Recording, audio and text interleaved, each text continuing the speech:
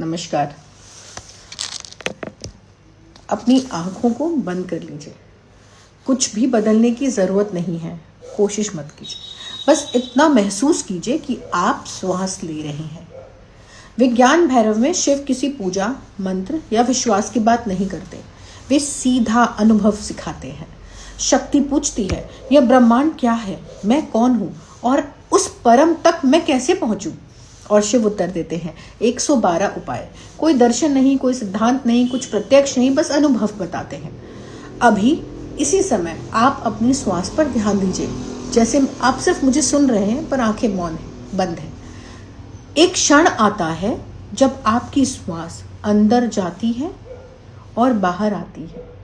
इन दोनों के बीच एक छोटा सा गैप होता है, अंतराल होता है।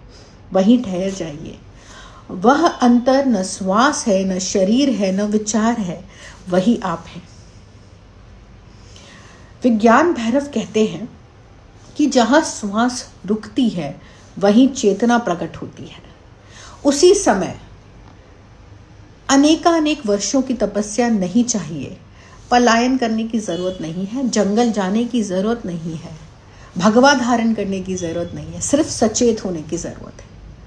एक ही सत्य, जहां मन रुक जाता है वही शिव है।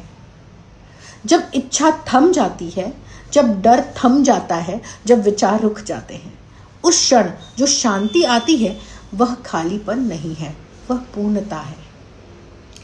आपने ऐसे कई बार महसूस किया है कि जब आकाश को देखते हुए स्वयं को भूल गए, जब बिना कारण आंखों में आंसू आ गए, जब अचानक भीतर से शांति उतर गई, एकदम शांत हो गए, लेकिन आप वहां ठहरे नहीं थे, वहां से उठ के चल दिए। विज्ञान भैरव ठहरना सिखाता है। अब एक और सरल अनुभव, अपने शरीर को महसूस कीजिए। नाम के रूप में नहीं, आकार के रूप में, सिर्फ फीलिंग्स में, स्पंदन के रूप में। हाथों में स्पंदन, छाती में स्पंदन, सिर में स्पंदन। आप ठोस नहीं हैं, आप ऊर्जा है। आप ठोस जैसे प्रतीत होते हैं पर आप ऊर्जा है। आपको बोध नहीं है कि आप सिर्फ ऊर्जा है।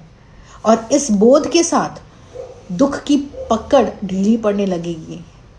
आपकी ऊर्जा आपसे बात करने लगेगी।